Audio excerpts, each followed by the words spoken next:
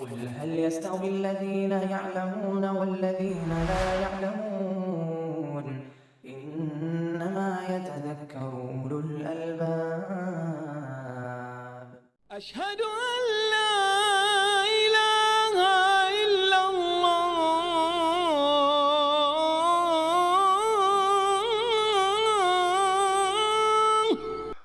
بسم الله والصلاة والسلام على رسول الله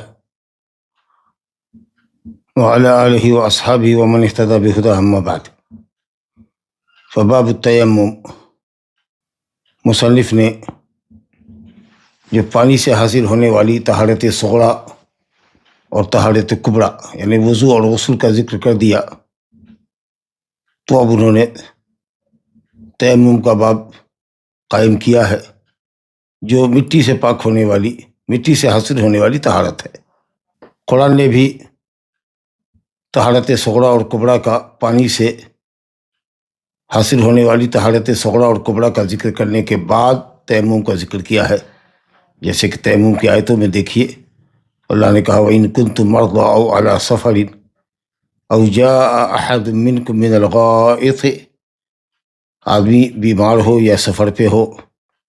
یا تم میں کا کوئی پیشاب پاخانہ سے آئے، یہ حدث اصغر ہوا. أَوْ لَامَسْتُمُ النِّسَاءَ، یا بیوی سے مجامعت کر لو اور پانی نہ پاؤ، فَلَمْ تَجِدُوا مَاءً فَتَيَمَّمُوا صَعِيدًا طَيِّبًا، تو پاک مٹی سے تیمم کرو. تو طہارت صغریٰ اور کبریٰ جو پانی سے حاصل ہوتی ہے اس کے ذکر کے بعد اللہ رب العالمین نے تیمم کا ذکر کیا ہے. اسی کی اقتدا کرتے ہوئے مؤلف رحمۃ اللہ علیہ نے وضو اور غسل کا بیان کرنے کے بعد، غسل جنابت کا بیان کرنے کے بعد مٹی سے حاصل ہونے والی طہارت تیمم کا ذکر کیا. اور اس کا تعلق بھی طہارت ہی کے باب سے، کیونکہ یہ بھی ایک طرح کی طہارت ہے، پانی کا بدل ہے، پانی کا قائم مقام ہے. اس لیے کتاب الطہارت کے اندر ہی یہ باب لایا گیا ہے. کتاب التیمم نہ کہہ کر کے باب التیمم ذکر کیا گیا، گویا کہ طہارت کے ابواب میں سے یہ ایک باب ہے. اور تیمم کا لغوی معنی ہوتا ہے قصد کرنا، فتیمموا صعیدا طیبا،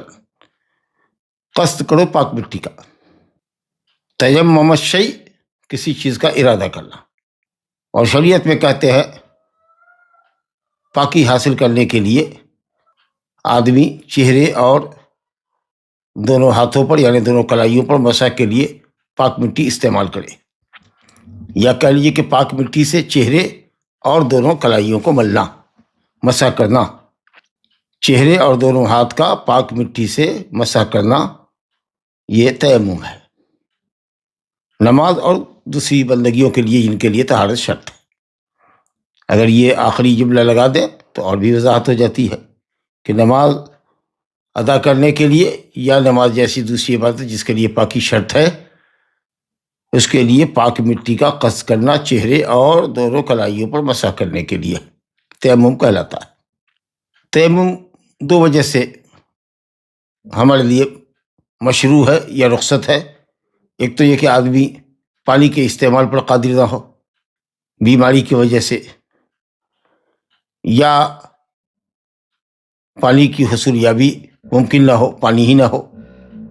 عذر تو کچھ بھی نہیں لیکن پانی ہی نہیں پا رہا ہے، یا پانی اتنا ہی ہے جو اس کی ضرورت کے لیے ہے، پینے وغیرہ کی ضرورت کے لیے.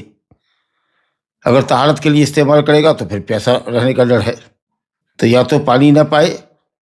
حضر میں یا سفر میں، یا پانی پائے لیکن پانی کے استعمال پر آدمی کو قدرت نہ ہو. اللہ تعالیٰ نے کہا فَلَمْ تَجِدُوا مَاءً، پانی نہ پاؤ. پانی نہ پانے میں دونوں بات داخل ہے، یا تو پانی سرے سے نہ ملے نہ پاؤ، یا پانی پاؤ لیکن اگر آدمی اس کے استعمال پر قادر نہ ہو تو گویا پانی نہ پانے والا ہی ہے. تیمم کی مشروعیت سن 6 ہجری میں غزوہ بنی مصطلق کے موقع پر ہوئی. حضرت عائشہ رضی اللہ عنہ کا ہار گم ہو گیا تھا جو انہوں نے اپنی بہن اسما سے عاریۃً لیا تھا. اس کی تلاش اور جستجو میں لوگ سرگرداں رہے اور پانی ختم ہو چکا تھا اور تیمم کی آیت نہیں اتری تھی. بہرحال لمبی حدیث ہے، بخاری مسلم میں آئی ہے. تو اللہ تعالیٰ نے کرم فرمایا، اور چونکہ یہ دین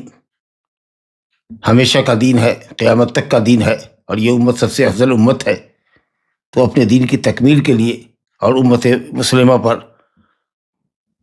رحم فرمانے کے لیے، احسان کرنے کے لیے اللہ تعالیٰ نے تیمم کی آیت اتار دی۔ اب وہی لوگ جو پہلے ناک منہ چڑھاتے تھے کہ حضرت عائشہ کی وجہ سے یہ صورتحال پیش آئی ہے، وہ اب حضرت عائشہ کو اور حضرت ابو بکر کو مبارکباد دینے کے لیے بڑھ رہے ہیں کہ یہ کوئی پہلی برکت نہیں ہے اے علی ابو بکر آپ کی، جب بھی امت کسی پریشانی میں مبتلا ہوئی ہے اللہ نے آپ لوگوں کی وجہ سے امت کے لیے کشادگی پیدا کر دی ہے، آسانی پیدا کر دی ہے۔ بہرحال یہ تیمم سے پاکی حاصل کرنا طہارت صغریٰ کے لیے بھی، طہارت کبریٰ کے لیے بھی، اگر آدمی جنوبی بھی ہو، پانی نہ پائے یا پانی کے استعمال پر قادر نہ ہو، حائض عورت پاک ہوئی ہے لیکن پانی نہیں ہے، تو وضو اور غسل دونوں ضرورتوں کے لیے تیمم کافی ہے۔ اور وہی ایک طریقہ ہے جس کا طریقہ آئے گا کہ ایک مرتبہ مٹی پر ہاتھ ماریے اور چہرے پر مسح کیجیے، اور دائیں ہاتھ سے بائیں ہاتھ کی کلائی پر، پشت کلائی پر، اور بائیں ہاتھ سے دائیں ہاتھ کی پشت کلائی پر مسح کر لیے، بس دیٹس آل۔ تو یہ تیمم جو ہے وہ الحمدللہ اس امت کے خصائص میں سے، اگلی امتوں میں تیمم نہیں تھا، اگر وہ ناپاک ہوتے، ان کو پاکی حاصل کرنی ہوتی تو پھر وہ انتظار کرتے یہاں تک کہ پانی پا لیں، جب تک پانی نہیں پاتے اس وقت تک وہ عبادت سے دور رہتے۔ اللہ نے اپنی شریعت کے ذریعے اس بات کو اسلام کی تعلیم کے ذریعے اجاگر کیا کہ اللہ تعالیٰ یہ چاہتا ہے کہ بندے کا تعلق نماز اور دوسری عبادتوں کے ذریعے اللہ سے ہمیشہ جڑا رہے۔ اگر کوئی شخص پانی نہیں پاتا ہے تو اس کی وجہ سے اپنی نماز کو ضائع نہ کرے یا بے وقت نہ کرے، بلکہ پانی کا بدل ہم تیمم کی شکل میں دیتے ہیں، مٹی کی شکل میں دیتے ہیں، آپ مٹی سے تیمم کر کے آپ اپنی عبادت کو ادا کر سکتے ہیں اور اللہ تعالیٰ سے اپنے تعلق کو استوار کر سکتے ہیں۔ فللہ الحمد علی فضلہ و توفیقہ و کرمہ، اللہ کے فضل و توفیق اور اس کے کرم پر، اس کی مہربانی پر ہم جتنا بھی شکر ادا کریں اللہ کا کم ہے۔ گویا کہ یہ تیمم مٹی کے ذریعے حاصل ہونے والی طہارت اس امت کے خصائص میں سے ہے۔ چنانچہ اس خصوصیت کو واضح کرنے کے لیے کہ نبی صلی اللہ علیہ وسلم اور امت کی خصوصیتوں میں سے یہ ہے کہ پانی کے قائم مقام اللہ نے ہمارے لیے مٹی کو بنایا ہے، حدیث لے کر آئے ہیں، صحیحین کی روایت ہے۔ پہلی حدیث اس باب کی ہے، حضرت جابر بن عبداللہ انصاری رضی اللہ عنہ سے روایت ہے، عن جابر بن عبداللہ رضی اللہ عنہما ان النبی صلی اللہ علیہ وسلم قال اعطیت خمسا لم يعطهن احد قبلی نصرت بالرعب مسیرة شہر وجعلت لی الارض مسجدا وطہورا فأیما رجل ادرکته الصلاة فلیصلی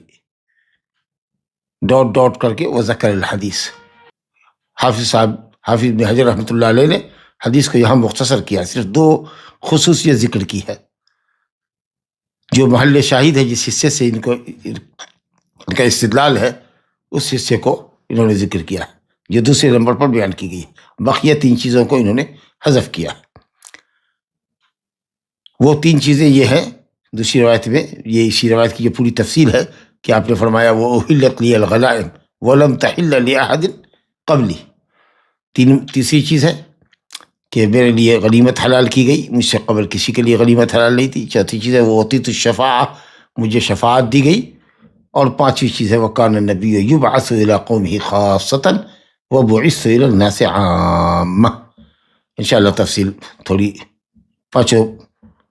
چیزوں پر تھوڑی تھوڑی روشنی ڈالیں گے، پہلے حدیث کے ساتھ ہے چلتے ہیں۔ جابر بن عبداللہ انصاری رضی اللہ عنہ سے روایت ہے کہ نبی صلی اللہ علیہ وسلم فرمایا مجھے پانچ چیز دی گئی ہے، اعطیت مجھے دی گئی، یعنی فعل مجہول ہے، فاعل نائب فاعل محذوف ہے اس کا، اعطیت یعنی اعطانی اللہ، مجھے دیا گیا ہے، دینے والا کون؟ اللہ تعالیٰ، ان اللہ هو المعطی۔ اعطیت خمسا، مجھے پانچ چیزیں دی گئی ہے، یعنی اعطانی اللہ خمس خصال، اللہ نے مجھے پانچ خصلتیں عطا فرمائی۔ یہ علی سبیل الحصر نہیں ہے، یہ صرف پانچ ہی نہیں ہے بلکہ اور بھی زیادہ ہے۔ دوسری حدیثوں میں استدلال میں حدیثیں جب آئیں گی تو انشاءاللہ دیکھیے گا کہ اور بھی کچھ چیزیں ہیں۔ سورہ بقرہ کی آخری آیات بھی اللہ رب العالمین نے عرش کے نیچے جو اللہ کا خزانہ ہے اس سے آپ کو دیا ہے. اور بھی صفات ہے. علامہ حافظ ابن حجر رحمۃ اللہ علیہ نے فتح الباری میں 17 صفات بیان کی، 17 خصائص، 17 خصوصیات بیان کی، اور کہا کہ مزید اگر کوئی غور و فکر کرے تو اور بھی چیزیں مل سکتی ہیں. تو یہ 5 چیزیں اللہ نے مجھے دی ہیں خصوصیت کے ساتھ. یہ 5 حسر کے لیے نہیں بلکہ اس سے زیادہ بھی. کلم یعطہ اللہ احد قبلی، یہ 5 صفتیں مجھ سے پہلے کسی کو نہیں دی گئی، یعنی اللہ تعالیٰ نے کسی نبی کو یہ خصوصیت نہیں عطا فرمائی. تو اس سے معلوم ہوا نبی صلی اللہ علیہ وسلم اور آپ کی امت کی افضلیت ثابت ہوئی تمام انبیاء پر، اور سابقین تمام انبیاء اور رسول کی امتوں پر امت محمدیہ کی فضیلت ثابت ہوئی.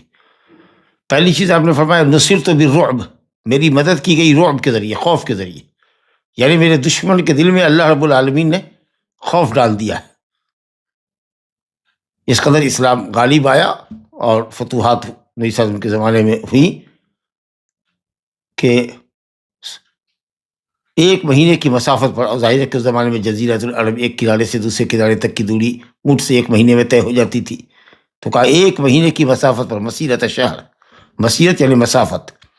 1 مہینے کی مسافت پر بھی اگر ہمارا دشمن ہو تو وہ ہمارے خوف سے مرعوب رہتا ہے، خوف زدہ رہتا ہے. لا الہ الا اللہ. دوسری صفت جس کا تعلق ہمارے باب سے ہے، تیمم سے، کہا وَجُعِلَتْ لِيَ الْأَرْضُ مَسْجِدًا وَطَهُورًا، روئے زمین میرے لیے مسجد بنائی گئی اور طہورا یعنی مطہر بنائی گئی. طاہر مطہر،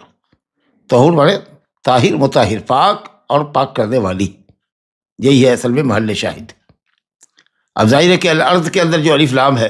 روئے زمین، الارض پوری زمین میرے لیے مسجد بنائی گئی. ظاہر ہے کہ یہ اپنے عموم پر تو ہے نہیں، الف لام استغراق کے لیے تو ہے، لیکن یہ مستثنا ہے کیونکہ نجاست کی جگہ میں ہم نماز نہیں پڑھ سکتے. اسی طریقہ سے ہم حمام میں نماز نہیں پڑھ سکتے، اونٹ کے باندھنے کی جگہ پر نماز نہیں پڑھ سکتے. جی، تو جو گندی جگہ ہیں وہ مستثنا ہے، اور پاکی کا ذریعہ بنائی گئی، یعنی ہم زمین سے پاکی حاصل کر سکتے ہیں. اول ارض سے مراد زمین پر جتنی کچھ چیزیں ہیں، چاہے وہ مٹی والی زمین ہو، مٹی ہو جس کو چھوئے، جس میں جوتتے ہیں، ہل چلاتے ہیں یا ٹریکٹر چلاتے ہیں، بیج بوتے ہیں، وہ ہو جس کے اندر دھول بنتی ہے، گرد ہوتی ہے، جس کو اگر آپ ٹچ کریں تو آپ کے ہاتھ میں وہ لگے. تو ارض ترابیہ ہو، مٹی ہو، یا ارض رملیہ ہو، بالو ہو، ریتیلا علاقہ ہو یا پتھریلا علاقہ ہو، وہ تمام چیزیں ارض کے اندر داخل ہیں. تو کہا گیا کہ زمین ہمارے لیے پاکی کا ذریعہ ہے. فَأَيُّمَا رَجُلٍ، یہ رجل ذکر کیا گیا ہے شرف کی وجہ سے، ورنہ رجل اور عورت امرا دونوں کا حکم ایک ہی ہے. ایو اس میں شرط ہے، ما تاکید کے لیے زائد ہے. جو شخص بھی امت کا، جو شخص بھی اور امت کی جو عورت اس کو نماز پالے، ادرکت الصلاۃ، نماز کا وقت داخل ہو جائے اور اسے نماز پڑھنی ہے اور پانی نہیں ہے، تو پانی کے ملنے کا اخیر وقت تک انتظار نہ کرے. ارد گرد میں پانی دیکھ لے، اگر پانی نہیں مل رہا ہے یا پانی کے ملنے کی توقع بھی نہیں ہے تو ایسی صورت میں خواہ کے لیے لیٹ نہیں کرنا ہے. اول وقت میں وہ اپنی نماز پڑھ لے، زمین سے طہارت حاصل کرے، زمین پر ہاتھ مارے، تیمم کرے اور اسی زمین کے اوپر نماز پڑھ لے. پانی کے پائنے کا، پانی کے حاصل ہونے کا انتظار نہ کرے. لیکن اگر گمان غالب ہو کہ پانی تھوڑی دیر میں آئے گا، اگر یہ امکان ہو اور غالب گمان ہو تو پھر پاکی حاصل کرنا پانی سے شرط ہے، اس لیے اس کا انتظار کرے. اول وقت میں نماز پڑھنا افضل ہے، لیکن طہارت ابھی پانی ملنے کی توقع پوری ہے، راجع غالب گمان ہے تو پھر انتظار کرنا چاہیے. اور اگر انتظار فضول ہے تو پھر اول وقت کا لحاظ کر کے اول وقت میں نماز پڑھ لیں. یہ 2 چیز ہوئی جس کو صاحب کتاب نے بیان کیا ہے اختصار کے ساتھ. حدیث کو مختصر کر دیا الحدیث کر کے، یعنی الحدیث میں طول ہی، یعنی حدیث ذکر کی گئی ہے مکمل اصل کتاب میں، بخاری مسلم میں. وہ 3 چیزیں جو جن کا ذکر حدیث میں آیا ہے، اس میں ہے وہ احلت لی الغنائم، میرے لیے غنیمت حلال کی گئی، وہ مال جو میدان جہاد سے کفار کے مال سے حاصل ہوتا ہے مسلمانوں کو، اللہ رب العالمین نے امت کے لیے حلال کیا، اور اس کے ذریعے صحابہ کرام کو اللہ نے مالدار کر دیا. جبکہ یا تو اگلی امتوں میں جہاد نہیں تھا، اور یا اگر جہاد تھا بھی، جیسا کہ بعض روایت میں غزا نبی من الانبیاء، نبیوں میں سے ایک نبی نے غزوہ کیا، اور جب غنیمت کا مال رکھا کہ آسمان سے اوپر سے آگ آئے اور وہ اس کو غنیمت کو جلا دے، تو آگ نہیں اتری، تو کہا کہ لوگوں فیکم الغلول، تمہارے اندر کوئی خیانت کرنے والا ہے، کسی نے غنیمت کے مال کی چوری کی ہے، جب تک اس کو جمع نہیں کرے گا آگ نہیں آئے گی. بہرحال تو اگلی امتوں کے لیے غنیمت حلال نہیں تھی، جو بھی میدان کارزار میں دشمنوں سے مشرکین سے مال حاصل ہوتا سب کو ایک اونچی جگہ پر صاف ستھری جگہ پر رکھتے، اور پھر اوپر سے آگ آتی اور اس کو جلا کر کے راکھ کر دیتی. یہ قبولیت کی دلیل ہوتی کہ غنیمت اللہ نے قبول کر لی. لیکن لوگ اس کو لے کر گھر نہیں لوٹ سکتے تھے، اور اس سے فائدے نہیں اٹھا سکتے تھے. تو اللہ تعالیٰ نے بڑی فضیلت یہ دی کہ غنیمت مسلمانوں کے لیے حلال فرمائی. اور چوتھی چیز آپ نے فرمائی وہ اعطیت الشفاعہ، اعطیت الشفاعہ، مجھے شفاعت اللہ نے عطا فرمائی ہے. اور شفاعت سے مراد شفاعت عظمیٰ، شفاعت کبریٰ، اور وہ یہ ہے کہ میدان محشر میں اللہ آئے اور بندوں کے درمیان فیصلہ فرمائے، جس سے اولو العزم پیغمبر اپنی ناتوانی کا اور اپنی عاجزی کا اظہار کر دیں گے. حضرت آدم علیہ السلام کے پاس لوگ پہلے جائیں گے، پھر حضرت نوح کے پاس، پھر حضرت موسیٰ کے پاس، ابراہیم کے پاس، پھر حضرت موسیٰ کے پاس، پھر وہ موسیٰ علیہ السلام حضرت عیسیٰ کے پاس بھیجیں گے، اور یہ سب اپنے اپنے عذر پیش کریں گے کہ میں اس کا اہل نہیں ہوں، میں اس لائق نہیں کہ اللہ سے سفارش کروں. یہاں تک کہ حضرت موسیٰ علیہ السلام عیسیٰ کے پاس بھیجیں گے، حضرت عیسیٰ علیہ السلام بغیر کسی عذر کے اپنا کوئی عذر بتائے ہوئے کہہ دیں گے کہ محمد صلی اللہ علیہ وسلم کے پاس جاؤ. اور جب لوگ آپ کے پاس آئیں گے تو آپ کہیں گے انا لہا، میں شفاعت کا اہل ہوں، میں شفاعت کا اہل ہوں، میں کرتا ہوں. اور پھر تفصیل ہے کہ آپ سر کو سجدے میں ڈالیں گے، روئیں گے، گڑ گڑائیں گے،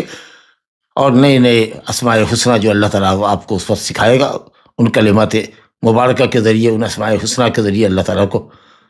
آپ پکاریں گے، دعائیں کریں گے، روئیں گے، گڑ گڑائیں گے، یہاں تک کہ اللہ کہے گا ارفع راسک وسل توتا واشفع تشفع، سر اٹھاؤ، مانگو، کیا مانگتے ہو، سفارش کرو،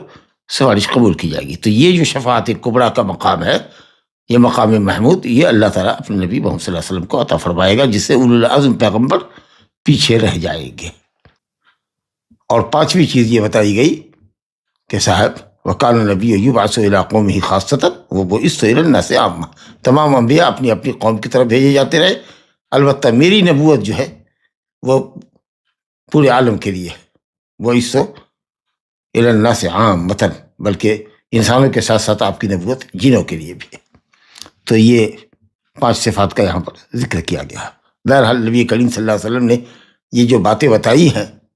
یہ تحدیث نعمت کے طور پر، اگر کسی شخص کو اللہ نے نعمت دی ہو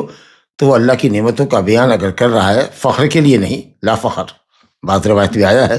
کہ آپ صلی اللہ علیہ وسلم نے مسند احمد روایت ابن عباس سے کہ آپ نے کہا اوتیت خمسا لم یعطہن احد قبلی ولا اقول فخرا، میں یہ فخر کے طور پر نہیں کہہ رہا ہوں. تو اللہ تعالیٰ کی نعمت کا تحدث بیان کرنا شکرانے کے طور پر،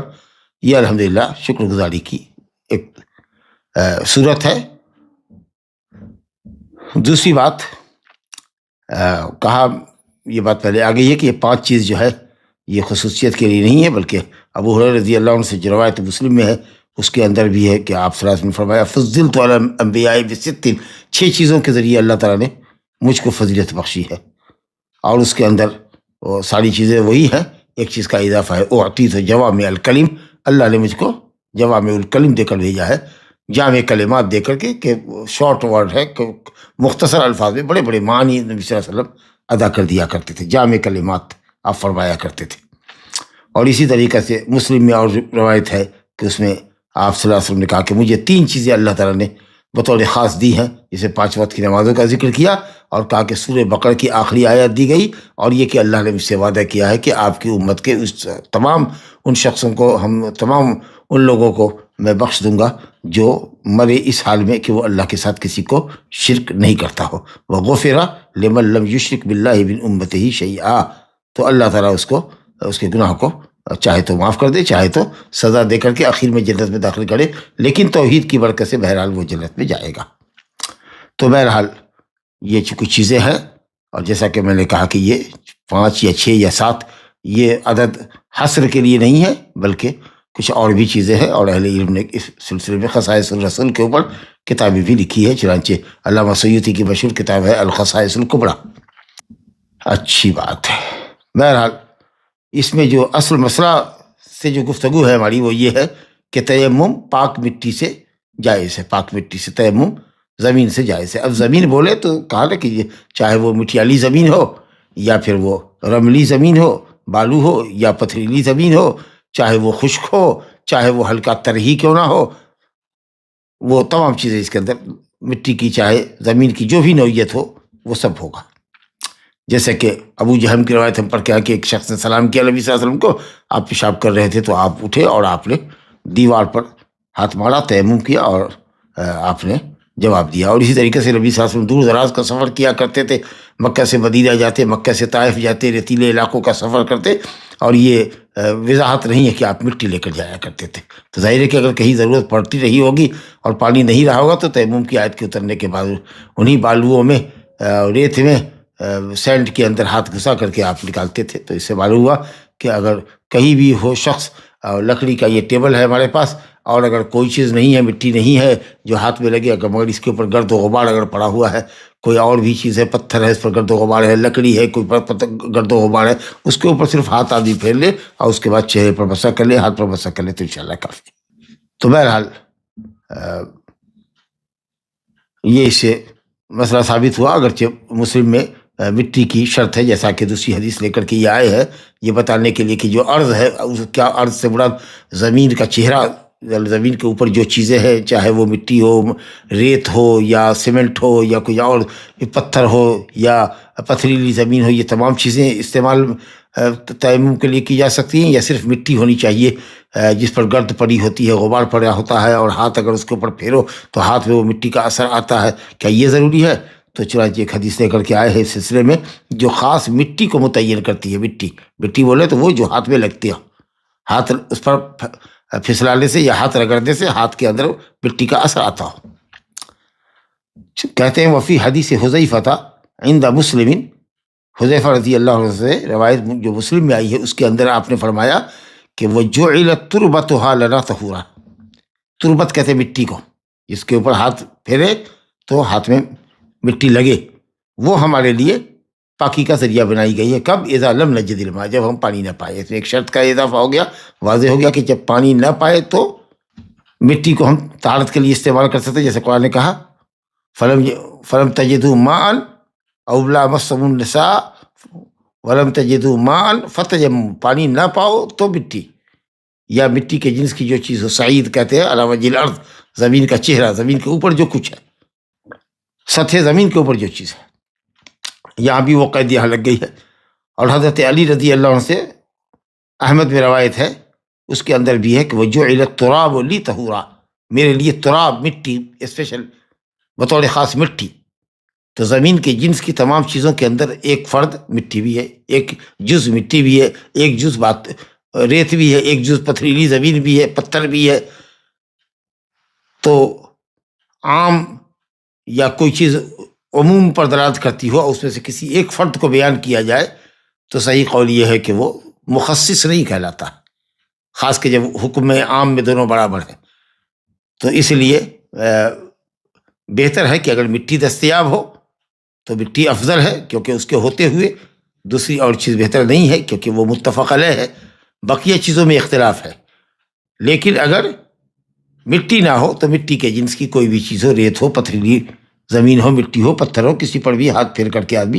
تیمم کر سکتا ہے۔ یہی قول جمہور اہل علم کا ہے۔ البتہ حنابلہ کے یہاں ایک مسئلہ یہ ہے کہ صاحب مٹی ہی ضروری ہے، لیکن راجح قول یہ ہے کہ مٹی اگر ہو تو مٹی کا استعمال کرے، کیونکہ وہ متیقن ہے، متفق علیہ ہے، اور اگر مٹی نہ ہو تو مٹی کی جنس کی کسی بھی چیز کو استعمال کر سکتے ہیں، یا ایون مٹی کے ہوتے ہوئے بھی دوسری چیزوں کا استعمال کر سکتے ہیں، لیکن بہتر یہ ہے کہ مٹی کا استعمال کیا جائے۔ کب؟ جب کہ ہم پانی نہ پائیں، اور یہ شرط قرآن نے بھی بیان کی ہے فَلَمْ تَجِدُوا مَاءً فَتَيَمَّمُوا صَعِيدًا طَيِّبًا۔ اب جو لوگ مٹی کی قید لگاتے ہیں نا، وہ یہ کہتے ہیں کہ یہاں جو سعید ہے نا، زمین کے اوپر کے یہ حصے ہیں، چہرہ جس کو کہتے ہیں، وہ سب داخل ہے سعید کے اندر۔ یعنی وجہ الارض، زمین کا چہرہ، زمین کے اوپر جو چیز پائی جاتی ہے اس کو سعید کہتے ہیں. تو کہتے ہیں کہ سعیدن طیبن میں جو سعید ہے اس سے بڑا تراب ہے، جیسا کہ حذیفہ کی روایت اور علی کی روایت سے تراب سمجھ میں آیا. جیسے کہ زمین میں الارض سے مراد وہ زمین مراد ہے وہاں نماز پڑھو جہاں ناپاکی نہ ہو. اسی طریقے سے سعید سے مراد صرف زمین کا وہ حصہ جو مٹی والا ہو، جو ہاتھ رگڑنے سے ہاتھ میں لگتا ہو، یہ کہتے ہیں. اور ایک استدلال اور قرآن کی اس آیت سے بھی ہے جو سورہ مائدہ کی تیمم والی آیت ہے، فَامْسَحُوا بِوُجُوهِكُمْ وَأَيْدِيكُمْ مِنْهُ، اپنے چہرے کو اور اپنے ہاتھ کو مسح کرو، منہ اس سے یعنی مٹی سے، کیونکہ کوئی بھی دوسری چیز ہاتھ میں آپ کے لگے گی نہیں سوائے مٹی کے، کیونکہ مٹی پر ہاتھ ڈالیں گے تو اس میں سے من ہو یعنی من التراب، اس میں کا کچھ حصہ آپ کے ہاتھ میں لگے گا. تو یہ بھی ایک دلیل ہے. چلیے بہرحال انشاءاللہ صحیح قول یہ ہے کہ عام کے افراد میں سے، زمین کی جنسوں میں سے، زمین کے اوپر پائی جانے والی بہت سی چیزوں میں سے ایک چیز مٹی کا ذکر کر دیا گیا ہے، جو بہرحال خصوصیت کی دلیل جمہور کے نزدیک نہیں ہوتی ہے. جیسے کوئی کہے نا کہ اکرم الطلبہ و اکرم زیدن، طلبہ کا احترام کرو اور زید کا احترام کرو. تو اس کا یہ مطلب نہیں کہ زید کو خصوصیت کے ساتھ بیان کرنے کا مطلب یہ ہے کہ صاحب طلبہ سے صرف زید ہی کا احترام کرو، طلبہ کا نہ کرو، یعنی بطور خاص. تو یہ کہہ لیجیے کہ بطور خاص مٹی کا استعمال کرنا چاہیے. اگر مٹی ہے تو دوسری چیز کا استعمال نہیں ہو، مٹی نہیں ہے تو دوسری چیز استعمال کریں، کیونکہ حکم عام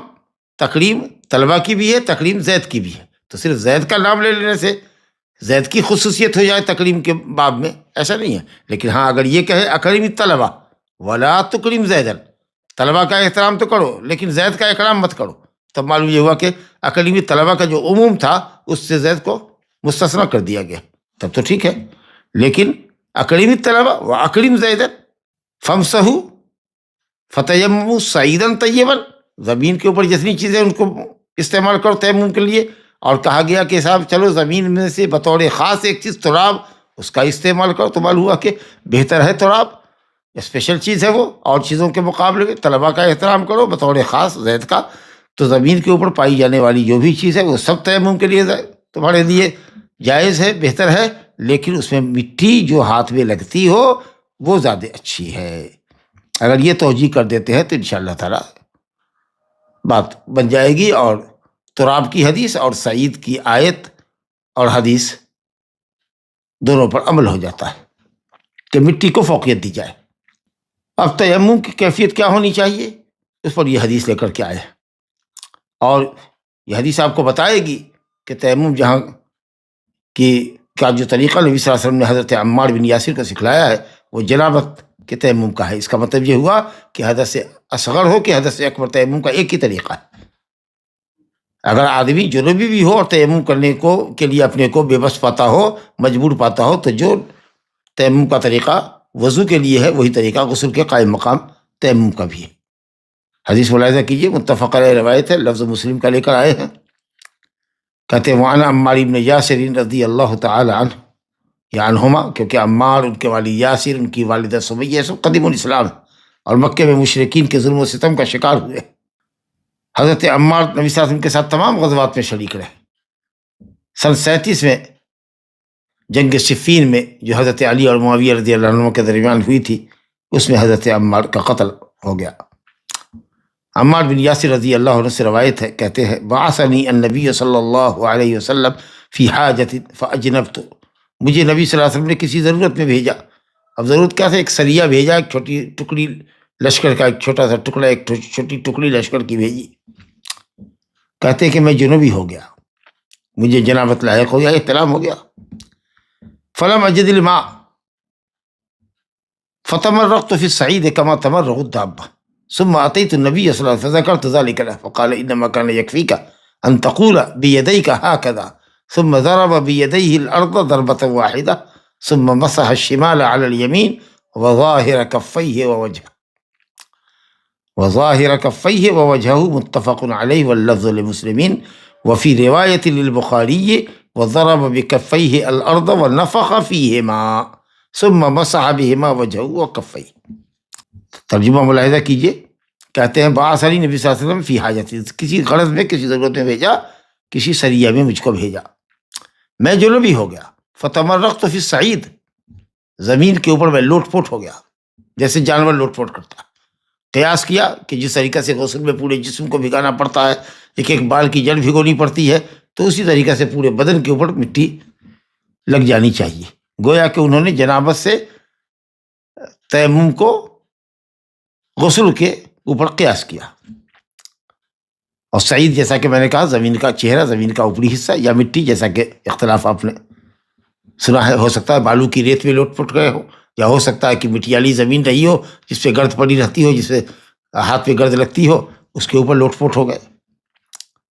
جب آئے اور نبی صلی اللہ علیہ وسلم سے ذکر کیا تو آپ نے کہا کہ انما یکفیک،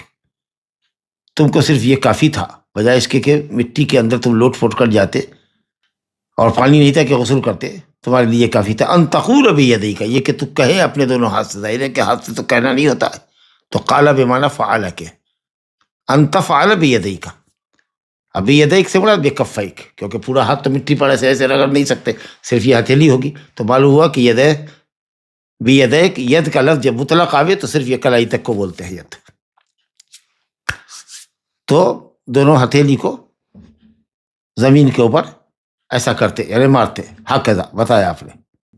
کہ تم دونوں ہاتھ کو ایسا کہتے، یعنی دونوں ہاتھ سے ایسا کرتے، یعنی دونوں ہاتھ مٹی پہ ڈالتے۔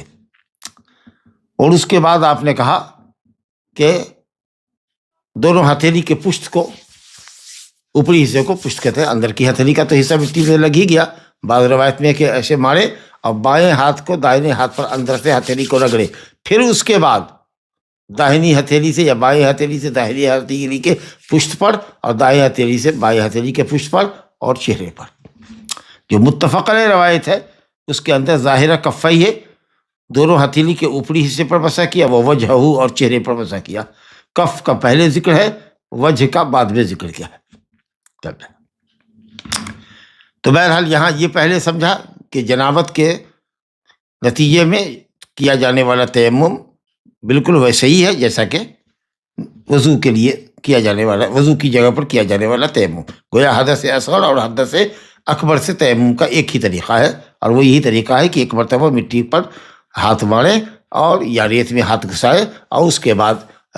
دونوں ہتھیلی پر کے اوپری حصے پر مسح کرے اور چہرے پر مسح کرے۔ اب یہ چہرہ پہلے ہوگا کہ ہاتھ پہلے ہوگا، یہ مسئلے میں اختلاف ہے۔ صحیحین میں جو روایت ہے متفق علیہ روایت، اس کے اندر ہم نے پڑھا کہ صاحب آپ صلی اللہ علیہ وسلم نے ذکر فرمایا ہے کہ دونوں ہاتھ کو زمین پر ایک مرتبہ مارا اور پھر بائیں ہاتھ کو داہنے ہاتھ کے اوپر مسح کیا، بائیں ہاتھ سے داہنے ہاتھ پر اور دائیں ہاتھ سے بائیں ہاتھ پر، بائیں ہاتھ سے داہنے ہاتھ پر، یوں ہتھیلی کے اندرونی حصے کو داہنی ہتھیلی کے اندرونی حصے پر ملا۔ اس کے بعد کہتے ہیں وہ ظاہر کف ہے، اور دونوں ہاتھ کی ہتھیلی کے پشت کے اوپر، بائیں ہاتھ سے داہنے ہاتھ کے پشت پر اور دائیں ہاتھ سے بائیں ہاتھ کے پشت پر۔ اور بعض روایت میں کہ صرف مٹی پر ہاتھ مارا، بائیں ہاتھ سے داہنے پشت پر، دائیں ہاتھ سے بائیں پشت پر، اندر سے رگڑنے کی ضرورت نہیں، اور چہرے پر مسح کیا۔ وہ وجہ ظاہر کفئی ہے وہ وجہ، لیکن جیسا کہ ہم جانتے ہیں کہ واو جمع کے لیے آتا ہے، دو چیزوں کو یا دو سے زائد چیزوں کو اکٹھا کرنے کے لیے، ترتیب کا فائدہ نہیں دیتا، ترتیب کا فائدہ نہیں دیتا۔ لیکن یہی انہوں نے ذکر کیا کہ بخاری میں جو روایت ہے اس کے اندر ہے کہ دونوں ہتھیلی آپ نے زمین پہ ماری، وَنَفَخَ فِيهِمَا، اور دونوں ہتھیلی پر پھونک مارا۔ اس کا مطلب ہے کہ گرد لگ گئی تھی اس کے اندر زیادہ، گویا مٹی تھی، وہ مٹی پر جو ہاتھ مارا تو مٹی پر ہاتھ جب لگایا تو زیادہ مٹی آ گئی، تو اس پر آپ نے پھونک مارا۔ تو اب یا تو پھونک تیمم کی سنت ہو، یا یہ ہے کہ مٹی کو ہلکا کرنے کے لیے آپ نے استعمال کیا ہو۔ زیادہ غالب گمان یہ ہے کہ چہرے پر مٹی پوتنا نہیں ہے، لیپنا نہیں ہے، بلکہ زیادہ مٹی لگ جائے تو اس کو ہلکا کرنا، جو بظاہر علت سمجھ میں آتی ہے۔ اور اس کے بعد کہتے ہیں ثم مسح بہما وجہہ، پھر آپ صلی اللہ علیہ وسلم نے دونوں ہاتھ کو چہرے پر وکفیہ اور ہتھیلی پر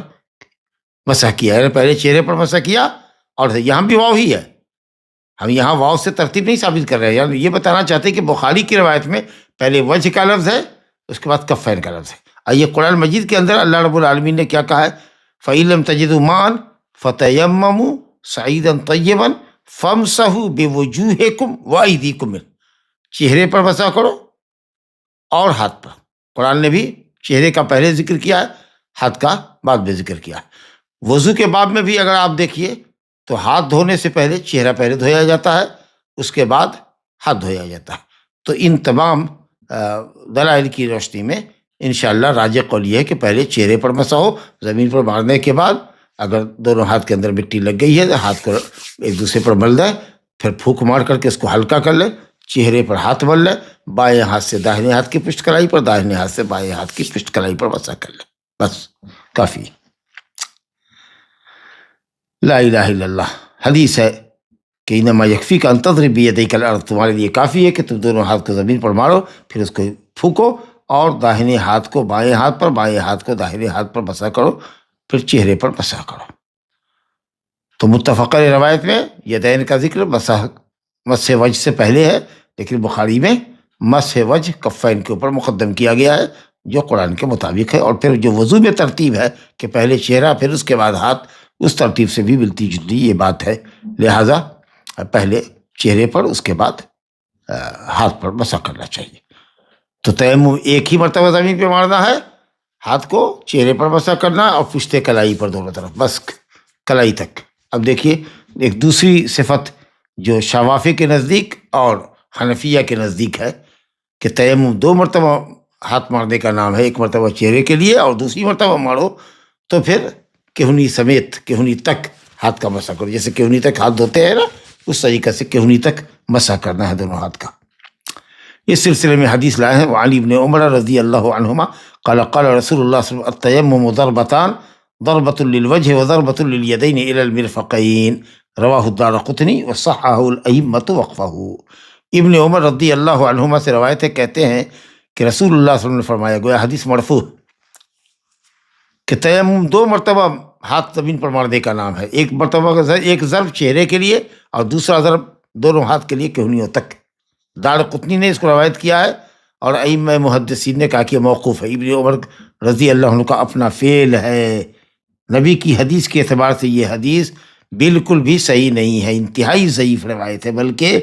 بعض علماء نے اس کو موضوع تک قرار دیا ہے، کیونکہ اس کی سند میں علی بن زبیان العبسی نام کا راوی ہے جو انتہائی ضعیف ہے، بلکہ ابن معین نے تو اس کو کہا کہ متہم بالکذب ہے۔ یہ نسائی نے کہا متروک الحدیث، ایسا آدمی جس پر اتہام ہو حدیث گھڑنے کا، سمجھا کہ نہیں، متروک الحدیث۔ تو گویا کہ ائمہ حدیث اس کے ضعیف جداً ہونے پر متفق۔ اچھا، 2 مطابعات بھی آئی ہے اس کی، ایک سلیمان بن ارقم نے اور ایک سلیمان بن داؤد نے، علی بن زبیان کی مطابعت بھی کیا، لیکن یہ روایت بھی کمزور ہے جیسا کہ بیہقی نے بیان کیا۔ تو صحیح ہے کہ یہ ابن عمر کا اپنا ذاتی فعل ہے، مرفوع حدیث نہیں ہے۔ اب جو مرفوع حدیث ہے اس باب کے اندر وہی عمار بن یاسر کی ہے کہ نبی صلی اللہ علیہ وسلم نے ایک مرتبہ مارا چہرے پر اور ہتھیلی پر ہاتھ دھویا، یہاں کفہ صاف ہے۔ اور ابو جہم کی روایت جو ہے اس کے اندر یہ ہے کہ ایک مرتبہ مارا چہرے پر، وہ یدئی، وہاں ید مجمل آیا ہے، لیکن ید جب مجمل یا مطلق آئے تو وہاں پر کف ہی مراد ہوتا ہے۔ باقی جتنی حدیثیں ہیں مرفوع کے باب میں وہ سب کے سب ضعیف، تو یا تو وہ 2 ضرب والی حدیثیں اور کہنوں تک مسح کرنے والی حدیثیں ضعیف ہیں مرفوع ہونے کی اعتبار سے، مرفوع حدیثیں ضعیف ہے، یا پھر موقوف ہے، صحابی کا قول ہے، اور ظاہر ہے کہ کسی بھی صحابی کا قول جب وہ صحیح حدیث کے مقابلے میں ہو تو وہ قابل اعتبار نہیں ہے۔ صحابی کی روایت ہمارے لیے حجت ہے، ان کی رائے نہیں، اور خاص کر کے وہ رائے جو صحیح حدیث کے نص کے مخالف ہو تو سوال ہی نہیں ہے۔ لہذا بالیقین اس لیے امام بخاری نے اس اختلاف کے باوجود بھی صحیح بخاری میں باب التیمم ضربۃ واحدۃ للوجہ والیدین والکفین، ایک دم حتمی طور پر جزم کے ساتھ کہا کہ تیمم ایک ہی ضرب ہے۔ حالانکہ جہاں اختلاف ہوتا ہے تو وہاں پر امام بخاری سوالیہ نشان ہے، حل التیمم ضربہ، کیا تیمم ایک ہی مرتبہ ہے، اشارہ کرتے اختلاف کی طرف۔ لیکن جو اختلاف یہاں شوافی اور حنفیہ نے کیا ہے صحیح حدیث کے مقابلے میں، وہ چونکہ بالکل زٹل ہے اور کوئی حیثیت نہیں ہے حدیث کی جو مرفوع بیان کی جاتی ہے، اس لیے انہوں نے اس اختلاف کو درکنار کیا ہے اور جزم کے ساتھ باب قائم کیا کہ التیمم ضربۃ واحدہ، ایک ہی مرتبہ۔ اب بعض صحابہ کے تعلق سے آثار آئے ہیں کہ وہ اپنے ہاتھ کو مسح کرتے تھے بغل تک، ہو سکتا ہے کہ معلوم نہ رہا ہو ان کو، یا انہوں نے اپنا اجتہاد کیا ہو، تو حدیث سامنے ہے، اور جہاں ید کا لفظ آیا ہے تو وہاں پر بھی ید سے مراد جب مطلق ید آئے تو جیسے تیمم کی آیت میں ہے نا قرآن میں فَامْسَحُوا بِوُجُوهِكُمْ وَأَيْدِيكُمْ مِنْهُ، سورہ مائدہ آیت نمبر 6 میں، تو یہاں پر بھی ایدی سے مراد کف ہے، کیونکہ ید جب مطلق بولا جاتا ہے تو کف مراد ہوتا ہے، جیسے کہ سارق اور سارقہ کے باب میں جو آیا ہے وَالسَّارِقُ وَالسَّارِقَةُ فَاقْطَعُوا أَيْدِيَهُمَا، اور اتفاق ہے کہ چور چوری کا ہاتھ کہاں سے کاٹا جائے گا؟ کلائی سے بس۔ ہاں وضو کے باب میں وہاں وضاحت ہے وَأَيْدِيكُمْ إِلَى الْمَرَافِقِ، اللہ نے خود ہی قید لگایا ہے، لیکن جہاں قید نہیں ہے وہاں پر مطلق ہے، اور مطلق جب ید بولا جائے تو وہ کلائی تک ہی ہوتا ہے۔ اس لیے بالکل روز روشن کی طرح یہ قول صحیح ہے کہ تیمم ایک ہی مرتبہ مٹی پر ہاتھ مارنے کا نام ہے، اور چہرے پر مسح کریں اور پھر دونوں ہاتھ کی پشت کلائی پر مسح کر لیں۔ اب ایک باب، اس باب کے اندر ایک حدیث اور لائے ہے کہ تیمم پانی کا قائم مقام ہے۔ اب یہ ایک اصولی بحث ہے علماء کے درمیان کہ کیا تیمم پانی نہ ہونے کی صورت میں، نہ ملنے کی صورت میں، یا پانی کے استعمال کی طاقت نہ ہونے کی صورت میں بالکل قائم مقام ہے پانی کا، یعنی حدث کو اٹھا دیتا ہے، حدث کو زائل کر دیتا ہے، اور جس طریقہ سے ایک وضو سے ہم کئی وقت کی نماز پڑھ سکتے ہیں اسی طریقہ سے تیمم سے بھی کئی وقت کی نماز پڑھ سکتے ہیں، یا یہ کہ تیمم صرف مبیح ہے، نماز پڑھنے کے لیے، نماز کو مباح کرنے کے لیے ایک ذریعہ بنایا گیا ہے۔ تو مالکیہ اور شافعیہ یہ کہتے ہیں کہ صاحب مبیح ہے، بس مباح ہے، نماز پڑھنے کی حد تک کے لیے آپ کو اجازت دی جا رہی ہے تیمم کو، یہ رافع للحدث نہیں ہے، حدث کو ختم کرنے والا نہیں ہے، جیسے پانی سے حدث ختم ہو جاتا ہے۔ تو ان کے یہاں ہر نماز کے لیے تیمم کرنا ہوگا، لیکن حنفیہ کے نزدیک اور حنابلہ کے نزدیک جو قول ہے وہ یہ ہے کہ نہیں، رافع للحدث ہے۔ اگر پانی نہیں ہے یا پانی کے استعمال پر قادر نہیں ہے تو پانی ملنے تک یا پانی کے استعمال پر قدرت ہونے تک تیمم بالکل پانی کا قائم مقام ہے، اور جو فائدہ پانی سے حاصل ہونے والی تجارت سے ہوتا ہے، طہارت سے ہوتا ہے، وہی تیمم سے حاصل ہوگا۔ دیکھیے حدیث ابو ہریرہ رضی اللہ عنہ سے روایت ہے، قال قال رسول اللہ صلی اللہ علیہ وسلم الصعید وضوء المسلم، الصعید جو مٹی کے اوپر ہے، زمین کے اوپر ہے، زمین کے اوپر سعید، ما صعد علی الارض، جو زمین کے اوپر آپ کو دیکھ رہا ہے، جس کے اندر وہ مٹیالی زمین اور وہ ریتیلی اور پتھریلی سب داخل ہے۔ وضوء المسلم، وضو واو کے فتح کے ساتھ پانی، یہ مسلمان کا وضو ہے، یعنی پانی کے قائم مقام ہے۔ نبی صلی اللہ علیہ وسلم فرمایا جب وہ پانی کے قائم مقام ہوا تو جو پانی سے غسل سے جو فائدہ ہوتا ہے جو نبی کو، یا اس طریقہ سے پانی سے وضو کرنے کے بعد جو فائدہ ہوتا ہے کہ جب تک اس کا وضو باقی ہے وہ نمازیں پڑھ سکتا ہے، اسی طریقہ سے وہ تیمم بھی کا بھی مسئلہ ہے۔ کہا وَإِن لَّمْ يَجِدِ الْمَاءَ 10 سنین، اگرچہ آدمی پانی 10 سال تک نہ پائے۔ اب یہ مبالغہ کے لیے ہے، تحدید کے لیے نہیں ہے، بلکہ تکثیر کے لیے کہ چاہے جتنے دن تک پانی نہ ملے آدمی طہارت کے لیے پانی کی جگہ پر مٹی کو استعمال کر سکتا ہے۔ فَإِذَا وَجَدَ الْمَاءَ، جب پانی پائے، فَلْيَتَقِ اللَّهَ، تو اللہ سے ڈرے۔ اب کیا مطلب اللہ سے ڈرنے کا؟ یعنی پانی استعمال کرے، طہارت کی، پانی سے حاصل ہونے والی طہارت کی عظمت کو بتانے کے لیے کہا گیا فَلْيَتَقِ اللَّهَ۔ آگے کا جملہ واضح کر رہا ہے وَلْيُمِسَّهُ بَشَرَتَهُ، اور اپنے چہرے پر پانی پہنچائے، یعنی غسل واجب تھا تو غسل کرے، یا پھر وضو واجب تھا تو وضو کرے۔ لا الہ الا اللہ، جب تک پانی نہیں پاتا ہے اس وقت تک یہ تیمم مٹی ایک دم ہو بہو 100% وضو کے قائم مقام ہے، یہی قول صحیح ہے۔ وَإِن لَّمْ يَجِدِ الْمَاءَ 10 سنین، چاہے 10 سال کیوں نہ ملے، کثرت کے لیے کہا گیا ہے۔ جب پانی پائے تو اللہ سے ڈرے، یعنی طہارت حاصل کرے پانی کے ذریعے، اپنے چمڑے پر پانی پہنچائے، یعنی غسل یا وضو جو واجب تھا وہ کرے۔ اس کو بزار نے روایت کیا، لیکن دار قطنی نے کہا کہ حدیث مرسل ہے۔ حدیث مرسل کہتے ہیں تابعی رسول اللہ صلی اللہ علیہ وسلم سے روایت کرے، کہتے ہیں کہ محمد بن سیرین نے اس حدیث کو قال قال رسول اللہ کہا ہے، ابو ہریرہ رضی اللہ عنہ کا ذکر نہیں کیا۔ لیکن ترمذی میں یہ روایت ابو ذر غفاری رضی اللہ عنہ سے منقول ہے، اور ترمذی نے اس حدیث کو صحیح کہا ہے۔ اس کا مطلب یہ کہ حافظ ابن حجر رحمۃ اللہ علیہ بھی مائل ہیں کہ یہ حدیث ثابت ہے، مرفوعاً بھی، مرسل اور متصل، دونوں اعتبار سے یہ حدیث ثابت ہے۔ گویا کہ ابو ہریرہ کی روایت کے سلسلے میں دار قطنی نے کہا کہ یہ مرسل ہے، یہ زیادہ قول صحیح ہے۔ بزار نے روایت تو کیا ہے متصل یعنی مرفوع، لیکن صحیح یہ ہے کہ وہ مرسل ہے۔ البتہ ترمذی نے ابو ذر سے جو روایت کیا ہے اسی مضمون کی روایت ہے، اور وہ متصل ہے، اور نبی صلی اللہ علیہ وسلم سے مرفوعاً ہے، اور اس کی سند کو امام ترمذی نے حسن صحیح کہا ہے۔ لہذا اعتبار ترمذی کی جو تصحیح ہے وہ شواہد کے اعتبار سے انشاءاللہ صحیح ہے، یا کم سے کم درجے میں حدیث حسن درجے میں۔ السعید وہ جو اوپر کا حصہ ہے زمین کے اوپر، وہ طاہر ہے، مطہر ہے، وضوء المسلم، یعنی مٹی پانی کے قائم مقام ہے، چاہے 10 سال کیوں نہ ہو، 10 سال تک آدمی اس کا ضرورت مند کیوں نہ ہو، پھر جب پانی ملے تو وہ اس کا استعمال کرے۔ تو مسئلہ سمجھ لیا کہ امام ابو حنیفہ کے نزدیک، امام احمد کی ایک روایت میں جس کو شیخ اللہ ابن تیمیہ اور ابن القیم اور دوسرے علماء نے پسند کیا، وہ یہی کہ تیمم رافع للحدث ہے، پوری طہارت مکمل حاصل ہوتی ہے، جبکہ دوسرا قول مالکیہ شافعیہ کا ہے، اور حنابلہ کی مشہور قول یہ ہے کہ تیمم صرف نماز اور دوسری عبادتوں کو مباح اور جائز کرتا ہے، حدث کو اٹھاتا نہیں۔ جبکہ خود قرآن نے تیمم کی آیت مائدہ آیت نمبر 6 میں تیمم کا ذکر کرنے کے بعد کہا یرید اللہ ما یرید اللہ لیجعل علیکم من حرج ولکن یرید لیطہرکم، اللہ تعالیٰ تیمم کا حکم نازل کر کے تم سے حرج کو دور کرنا چاہتا ہے، تم سے تنگی کو دور کرنا چاہتا ہے، وہ نہیں چاہتا کہ تم کو تمہارے دین کے تعلق سے حرج میں مبتلا کرے یا تم حرج میں پڑو، ولکن یرید لیطہرکم، وہ چاہتا ہے کہ تم کو پاک کرے۔ تو تیمم طہور ہوا، جیسے کہ پانی طہور ہے۔ پھر یہ کہ تیمم پانی کا بدل ہے، اور بدل کا وہی حکم ہوتا ہے جو مبدل منہ کا ہوتا ہے، جس کا قائم مقام ہوتا ہے۔ تو اس لیے صحیح یہ ہے کہ جب تک پانی نہیں ملتا ہے اس وقت تک تیمم پانی کے قائم مقام ہے۔ اور یہیں سے یہ بات واضح ہو جاتی ہے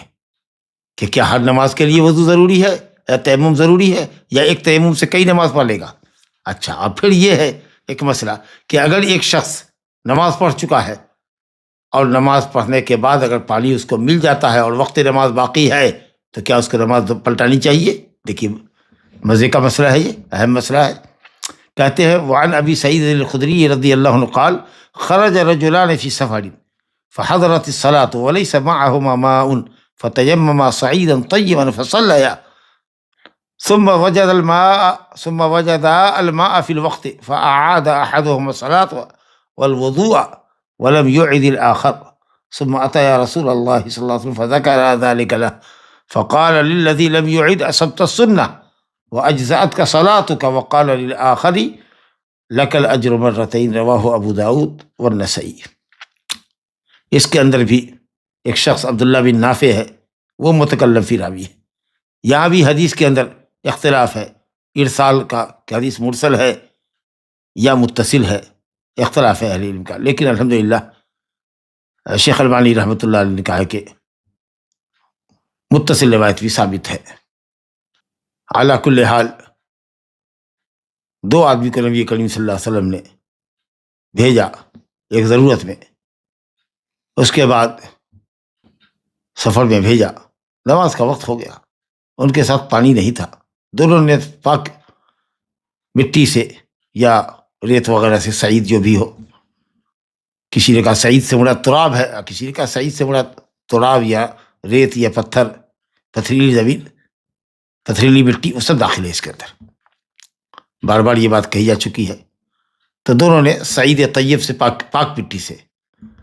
تیمم کر لیا اور نماز پڑھ لی۔ پھر وقت رہتے ہوئے انہوں نے پانی پایا تو ایک شخص نے وضو پلٹایا، یعنی وضو کیا اور نماز پلٹائی، کیونکہ اسے سوچا کہ وقت ہے، اور جب پانی مل جائے وقت کے اندر تو ان کا عقیدہ یہ رہا ہوگا، اعتقاد یہ رہا ہوگا کہ پھر وضو رہتے ہوئے، اگر وہ نماز کا وقت رہتے ہوئے اگر پانی مل جائے تو نماز کو پلٹانا چاہیے۔ اجتہاد کیا انہوں نے، اور دوسرے نے کہا کہ نہیں، اس وقت ہم نے نماز پڑھی تھی، اس وقت پانی ہمارے پاس نہیں تھا، لہٰذا ہم معذور تھے اور ہم نے نماز پڑھ لی تو ہو گئی۔ اب ایک عبادت کو دو مرتبہ تو نہیں کر سکتے۔ جب دونوں نے ذکر کیا اپنے اپنے معاملات کو، تو آپ صلی اللہ علیہ وسلم نے اس شخص سے جس نے نماز پلٹائی نہیں تھی، تیمم سے پڑھی ہوئی نماز پر اکتفا کیا تھا، کہا اصبت السنہ، تم نے سنت پر عمل کیا اور تمہاری نماز کافی ہے تمہارے لیے۔ اور دوسرے سے کہا کہ تم کو 2 اجر ملے گا، کیوں؟ اس لیے کہ تم نے اجتہاد کیا اور 2 مرتبہ طہارت کی، ایک تیمم سے ایک طہارت وضو سے، ایک نماز تیمم سے ایک نماز وضو سے۔ تو یہ اجتہاد کیا تھا اور 2 مرتبہ عمل کیا تھا، 2 مرتبہ تکان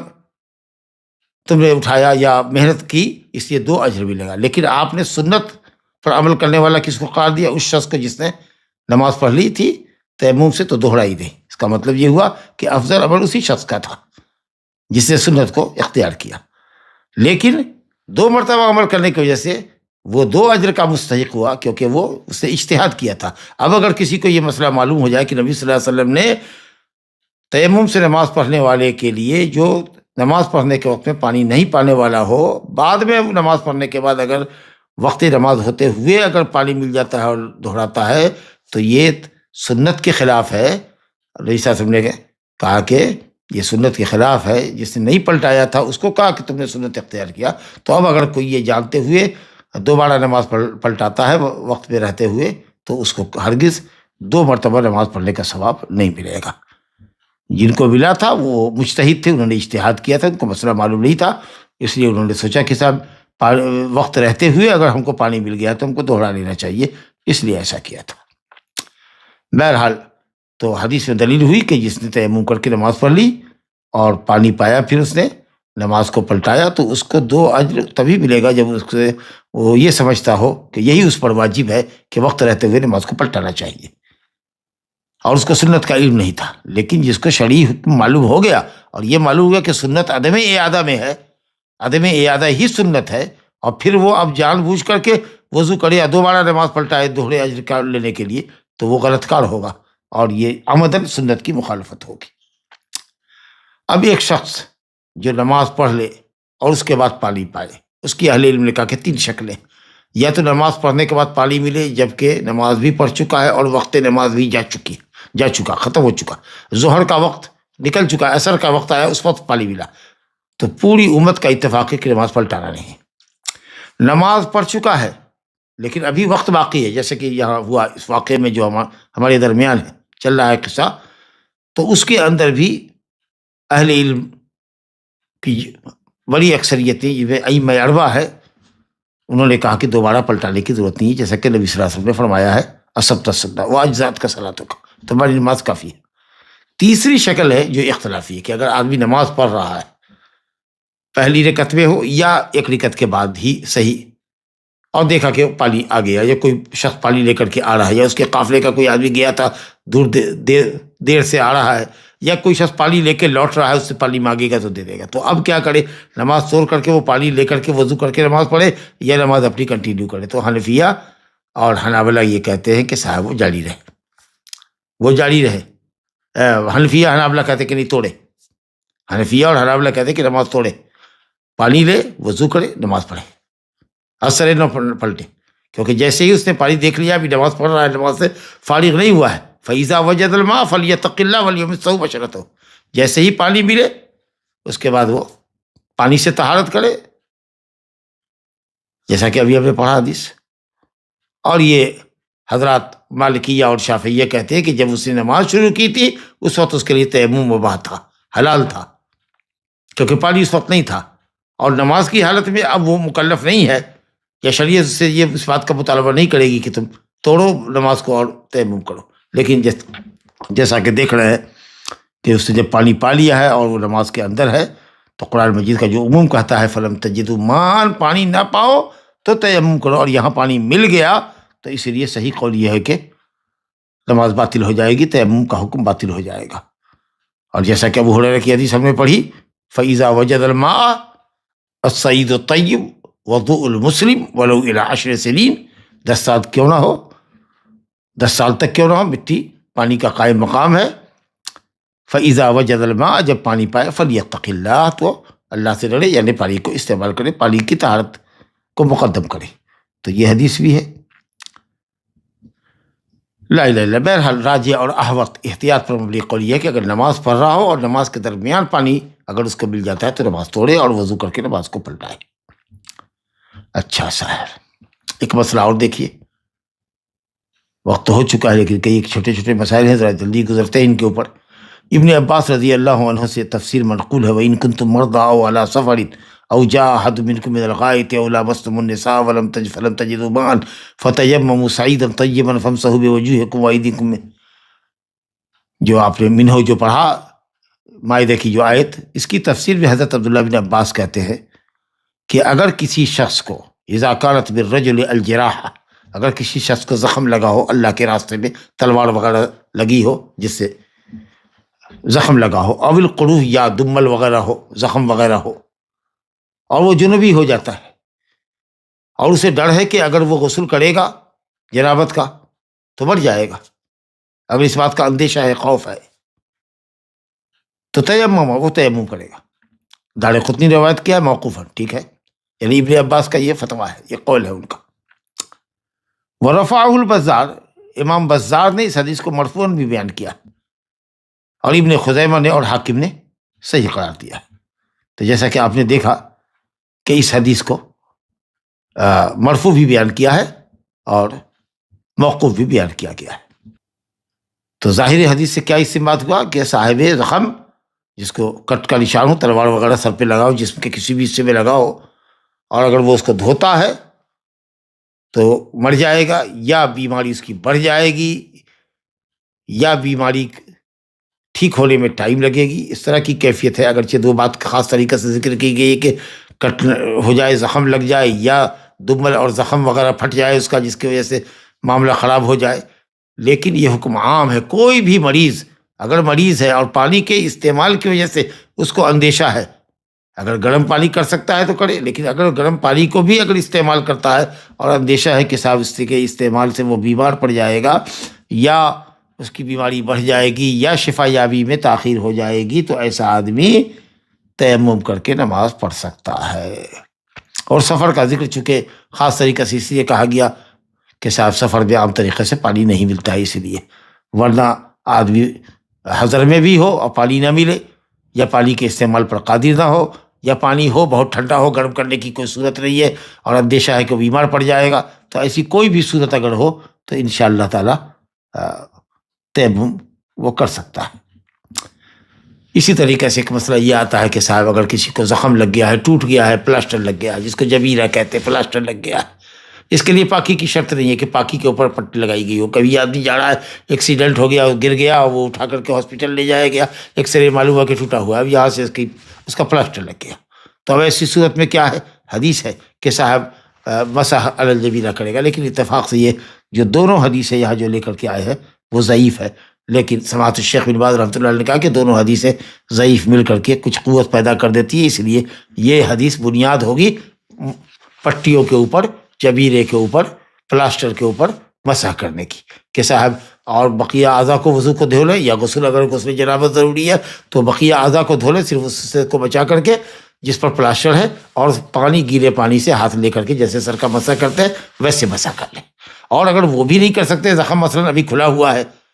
اور اس کے اوپر آپ ہاتھ بھی نہیں گزار سکتے ہیں، تب ایسی صورت میں اس کو ہٹا کر کے جس حصے پر وہ زخم لگا ہوا ہے بقیہ حصے کو دھویا جائے، اور اگر وہ دھو نہیں سکے یا اس پر ہاتھ گزار نہیں سکے تو اس کی جگہ پر تیمم آپ کو کرنا پڑے گا۔ یہ ہے جبیرہ کا حکم۔ حضرت علی رضی اللہ عنہ سے ذکر کرتے ہیں کہ قال عن علی قال ان کسرت احدى زندیہ فسألت رسول اللہ فامرنی امسح علی الجبائر، رواہ ابن ماجہ بسند واہی جدا۔ اور جابر بن عبداللہ رضی اللہ عنہ سے روایت ہے فی الرجل الذی شج فاغتسل فمات انما كان يكفيه ان يتيمم ويعصب على جرحه خرقة ثم يمسح عليها ويغسل سائر جسده، رواه ابو داود بسند فيه ضعف وفيه اختلاف على رواته، دو روایت سے ضعیف ہے۔ علی رضی اللہ عنہ کہتے ہیں کہ میرا ایک زند ٹوٹ گیا، زند کہتے ہیں یہاں کلائی دیکھ رہے ہیں، یہ کلائی ہے، یہ کلائی اور یہ ہاتھ کا جوڑ ہے، یہ دونوں طرف جو ابڑی ہوئی ہڈی آپ دیکھ رہے ہیں، کلائی اور جہاں سے ہاتھ لگتا ہے یہاں ابڑی ہوئی ہڈی، تو اس کو کہتے ہیں زند، دو طرف ہوتا ہے اللہ کے لیے۔ انگوٹھے کی طرف اگر ہوتا ہے، انگوٹھے کی طرف مثال کے طور پر اس کی جو کیفیت ہوتی ہے، یہ جو شکل ہے، تو اس کو عربی میں کو کہتے، کو میرا کو ٹوٹ گیا، اور اگر اس طرف ہے چھوٹی انگلی، جو کالی انگلی ہوتی ہے سب سے چھوٹی انگلی، اس کی طرف ہے تو اس کو کہتے ہیں کرسو عربی زبان میں۔ یہ کو انگوٹھے والا اور یہ کرسو، کو انگوٹھے کی طرف نہیں، الٹا میں نے کہا کہ انگوٹھے کی طرف کا جو حصہ ہے اس کو کو کہتے ہیں، اور جو چھوٹی انگلی کی طرف ہوتا ہے اس کو کرسو کہتے ہیں۔ بہرحال کوئی ایک حصہ چاہے انگوٹھے کی طرف کا ہو یا چھوٹی انگلی کی طرف کا، وہ میرا ٹوٹ گیا، یہ کہتے ہیں. تب فرمایا کہ میں نے رسول اللہ سے دریافت کیا تو آپ نے کہا کہ پٹی پر مسح کر لو. کہتے ہیں ابن ماجہ نے اس روایت کا ذکر کیا اور انتہائی ضعیف سند سے، بسند واحد، ایک دم زٹل سند سے ذکر کیا، کیونکہ اس کی سند میں عمر بن خالد القرشی الواسطی نام کا راوی ہے، جس کو امام احمد بن حنبل، یحییٰ بن معین اور دیگر ائمہ نے کہا کہ جھوٹا ہے، حدیث گڑھا کرتا تھا. لا حول ولا قوت الا باللہ. تو گویا کہ یہ واقعہ بالکل صحیح نہیں ہے کہ نبی صلی اللہ علیہ وسلم نے حضرت علی کو حکم دیا کہ جو پٹی لگی ہے اس پر مسح کرو. اور جابر رضی اللہ عنہ سے جو روایت ہے ایک شخص کے متعلق جس کے سر میں زخم لگا تھا اور اس نے غسل کیا تو مر گیا. حدیث اصلاً صحیح ہے اس حد تک کہ مر گیا. تو آپ نے کہا کہ قاتلکم اللہ، اللہ تمہیں مارے. تو بغیر علم کے تم لوگوں نے فتویٰ دیا، اس کو مار ڈالا، یعنی اپنے سخت رنجش کا آپ نے اظہار کیا. بغیر علم کے فتویٰ نہیں دینا چاہیے تھا. اس کے بعد آگے کہہ رہے ہیں، یہ جو جملہ آگے ہے یہ گڑبڑ ہے کہ کافی یہ تھا کہ پہلے وہ تیمم کر لیتا، پھر تیمم کرنے کے بعد اپنے زخم کے اوپر پٹی لگاتا، پھر اس کے بعد وہ مسح کرتا اور جسم کے بقیہ حصے کو دھوتا. یہ جو تفصیل ہے کہ پہلے تیمم کر لیتا پھر وہ اس کے اوپر پٹی لگاتا، پھر یہ گویا کہ پٹی پر مسح کرنے کے لیے پہلے تیمم کر لے، اگر پانی کے استعمال کی قوت نہیں ہے کام تو یہ اس کے اندر کمزوری ہے. تو حدیث البانی نے کہی ہے کہ حدیث اس حد تک تو ٹھیک ہے، لیکن یہ جو اضافہ ہے کہ صاحب پٹی باندھنے سے پہلے تیمم کرتا، یہ اضافہ منکرہ ہے. بہرحال حدیث تو دونوں ہی ضعیف ہے. حدیث باب کے اندر جو ضعیف ہے حجت قائم کرنے کے لیے نہیں ہے صحیح، لیکن اہل علم نے جو کہا ہے وہ یہی ہے کہ صاحب پلاسٹر باندھا جا سکتا ہے. اور اس سلسلے میں ہمارے لیے بنیاد کیا ہوگی؟ مسح علی الخفین، جو کہ ضروری نہیں ہے ہمارے لیے، لیکن پھر بھی ہم اس کو کرتے ہیں اور یہاں تو مجبوری ہے. تو اس لیے ایسی صورت میں آدمی جب عاجز ہو کہ اس کو دھوئے تو پھر اس کا قائم مقام کیا ہوگا؟ مسح. کچھ لوگوں نے کہا کہ نہیں، چونکہ حدیث صحیح نہیں ہے لہذا جس حصے پر پلاسٹر لگا ہوا ہے وہ دھونے ہی سے ساقط ہو جائے گا، جو حصہ کھلا ہوا ہے وہ دھو، باقی اس کا کچھ مسئلہ ہی نہیں. اور کسی نے کہا کہ تیمم کرے گا اس کے بدلے میں، لیکن ہم جانتے ہیں کہ جب دھویا اگر کسی عضو کو نہیں جا سکتا ہے کسی مجبوری سے تو پانی سے اس کو مسح کیا جائے جیسے ہم سر کا مسح کرتے ہیں. تو اس لیے صحیح قول یہ ہے کہ تیمم نہیں کرنا ہے، یا یہ کہنا کہ محل جبیرہ جس جگہ پر پلاسٹر لگا ہوا یہ ساقط ہے، یہ قول صحیح نہیں ہے. بلکہ بہتر یہ ہے کہ صاحب مسح علی الخفین پر قیاس کرتے ہوئے پٹی کے اوپر مسح کیا جائے، چاہے وہ پٹی بلا طہارت کے بعد ہی کیوں نہ گئی ہو. تو اگر